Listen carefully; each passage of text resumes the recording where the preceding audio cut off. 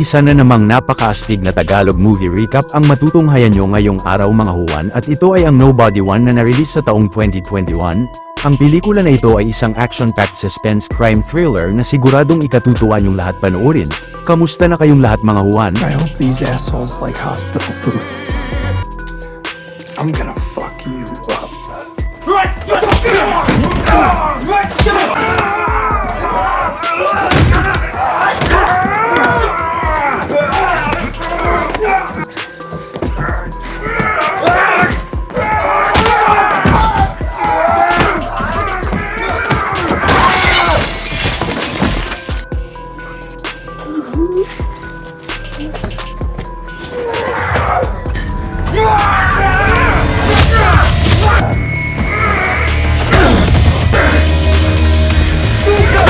Mag-relax na at mag-enjoy sa ating malupit na Tagalog film recap at simulan na natin.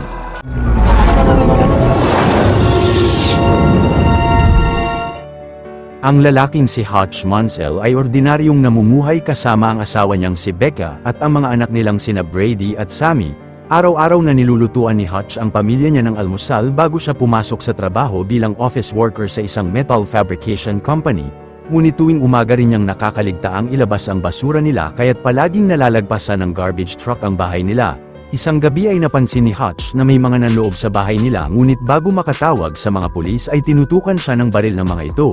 Pero kahit pa napansin ni Hutch na walang bala ang baril ng mga magnanakaw ay hinayaan niyang nakawin ng mga ito ang mga pera sa bowl at ang relo niya. Matapang na inatake naman ni Brady ang isang magnanakaw pero imbis na kalabanin ni Hutch ang mga ito ay sinabihan niya ang anak na bitawan ng lalaki upang hindi siya mapahamak rito. Ngunit galit na sinuntok ng magnanakaw si Brady bago sila umalis ng bahay nila. Ilang saglit ay rumesponde ang mga pulis sa bahay ni Hutch at napansin ng bida na nakapasok pala ang mga magnanakaw sa pag-iwan ng mga ito ng isang pizza box sa pinto ng garahe. Maya-maya ay naisipan ni Hutch na matulog sa sofa at sinamahan siya ni Sammy bago hiniling ng anak sa kanya na mag-adopt sila ng pusa. Kinaumagahan ay nagkablakay si Brady mula sa suntok sa kanya ng magnanakaw at kalaunan ay pinagyabang sa kanila ng kapitbahay nila ang bagong muscle car nito na isang 72 Dodge Challenger. Sa sunod na eksena pagpasok ni Hutch sa trabaho ay kinausap siya ng father-in-law niya at ang may-ari ng kumpanya na si Eddie. Napag-usapan nila ang alok ni Hutch na bilhin ng kumpanya pero nasabi ni Eddie na nais niyang ibenta ito sa magandang presyo. Ilang saglit ang anak ng may-ari at brother-in-law ni Hutch na si Charlie ay nabalitaan ang nangyari sa kanila kagabi at binigyan siya nito ng isang baril. Ngunit agad na tinabi ni Hutch ang baril sa ref ng opisina niya at mula sa nakatago niyang radyo ay tinawagan niya ang adopted brother niyang si Harry. Pero dahil nabalitaan rin ni Harry ang nangyari sa bahay nila ay nakwento niya ito sa kapatid. Napansin naman ni Hutch na maliban kay Harry ay iniisip ng karamihan na mali ang hindi paglaban at pagpapatakas niya sa mga magnanakaw. Sa kasalukuyan na yun ang Russian mob boss na si Yulian Kuznetsov ay pumunta sa nightclub niya at masayang kumanta sa stage.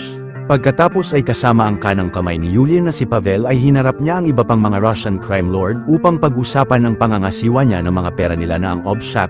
Ngunit nasabi ng mga crime lord na nawawalan sila ng kumpiyansa kay Yulian na protektahan ang pera nila dahil sa pagkanta at pagsayaw niya. Mabilis na inatake naman ni Yulian ang isang miyembro ng organisasyon at tinapos niya ito sa harap ng mga crime lord upang maibalik ang tiwala ng mga ito sa kanya. Get ready to be blown away by Take Me Out, the high-octane, seductive action thriller that redefines danger and desire. Starring Filipina power play fighter, Deadly Grace. Explosions, seduction, revenge. She's not asking for mercy. She's taking them all out. Watch it now via the link in the comment section and get 15% off when you use the Viewpoint promo code. Sa sunod na eksena pagkagaling sa trabaho ay sumakay si Hutch sa bus na madalas niyang sakyan upang makabisita sa retirement home kung saan naninirahan ang ama niyang si David at inalala ng matanda ang nakaraan nila kasama si Harry. Subalit maya-maya pag-uwi ni Hutch ay nasabi ni Sammy sa kanya na hindi mahanap ng anak ang bracelet niya kaya't posibleng nakuha iyon ng mga magnanakaw. Agad na bumalik si Hutch sa retirement home ng ama upang kunin ang baril at lumang FBI badge ni David. Napansin naman ng matanda ang mga kinuha ni Hutch at hinayaan niya siya sa plano niya. Pagkatapos ay dahil nakita ni Hutch ang tattoo sa kamay ng isang magnanakaw ay hinanap ng bida ang tattoo shop kung saan sila nagpatato at upang malaman ang lokasyon nila. Ilang saglit pagpasok ni Hutch sa huling tattoo shop ay napansin ng mga tao roon na hindi sa kanya ang pinakita niyang FBI badge at pinagbantaan siya ng mga ito na sasaktan. Pero dahil nakita ng isang lalaki ang tato ni Hutch sa kamay ay natakot ito sa kanya at nagmadaling nilock ang sarili sa kabilang silid. Natakot rin kay Hutch ang iba at binigay nila sa kanya ang address ng taong nagpatato noon sa kanila. Mabilis na natunto ng bida ang bahay ng mga magnanakaw, ngunit kahit pa sinaktan niya ang lalaki ay napag-alaman niyang wala sa mga ito ang bracelet ng anak niya. Pagkatapos ay nalaman ni Hutch na napilitan palang magnakaw ang mag-asawa nang dahil sa anak nilang may sakit.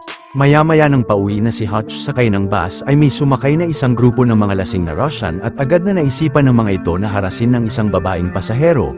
Pero si Hutch ay pinalabas ang driver ng bus at buong tapang na kinalaban ng bida ang mga Russian upang mapigilan sila sa masamang plano nila sa babae. Kahit pa nahirapan si Hutch sa pakikipagtunggali sa mga lalaki ay patuloy na kinalaban niya ang mga ito, ngunit ang isang Russian ay biglang natulak siya palabas. Pero pilit na pumasok pa rin si Hutch ng bus at pinalabas niya roon ang babaeng pasahero bago uli nakipagsagupaan sa mga lasing na lalaki at hindi nagtagal ay nagtagumpay na mapabagsak ng bida ang lahat ng mga ito at bumaba na siya ng bus. Maya-maya ay agad na nagtungo sa ospital si Yulian nang nabalitaan ng mob boss na may bumugbog sa nakababatang kapatid niya. Galit na tinanong ni Yulian ang mga kaibigan ng kapatid na mga nakakonfine din sa ospital kung sino ang bumugbog sa kanila at ang isa ay binigay sa mob boss ang bus card na nahulog ni Hutch. Sa kasalukuyan na yun, pag-uwi ni Hutch ay nakita siya ni Becca sa sala kaya't inamin niya sa asawa ang nagawa niya. Pero kahit pa labis na nagulat si Becca ay ginamot niya ang mga sugat ni Hutch sa katawan. Kinabukasan ay gamit ang bus card ni Hutch ay nalaman ng hacker ni Yulian ang address ng ama niya. Ngunit dahil sa pag-blackmail ng hacker sa isang empleyado ng Pentagon ay nakuha niya rito ang napakaraming impormasyon tungkol kay Hutch. Dahil naman sa takot ay agad na nag-resign ang babae bago ibigay ang mga datos kay Yulian. Samantala tinawagan si Hutch ni Harry dahil nalaman nito ang matinding nagawa niya kagabi sa bus. Ngunit sinabi ni Harry kay Hutch na kapatid ni Yulian Kuznetsov ang isa sa nabugbog niya at pinayuhan siya nitong magtungo sa barber upang alamin ang mga impormasyon tungkol rito. Pagkagaling sa trabaho ay pumunta nga si Hutch sa dating government contractor niya na ang The Barber at binigay nito sa kanya ang mga datos tungkol sa Russian crime lord. Maya-maya nang pinaglutuan ni Hutch ang pamilya niya ng hapunan ay napansin ng bida na sumugod roon ang mga tauhan ni Yulian at nagmadaling tinago niya sina Becca sa basement. Pagkatapos ay buong lakas na nakipagbakbakan si Hutch sa mga mercenary ng Russian mob boss pagpasok ng mga ito sa bahay nila. Subalit matapos ang mahabang pakikipaglaban ng bida sa mga mercenary ay bigla siyang nakuryente ng isang kalaban.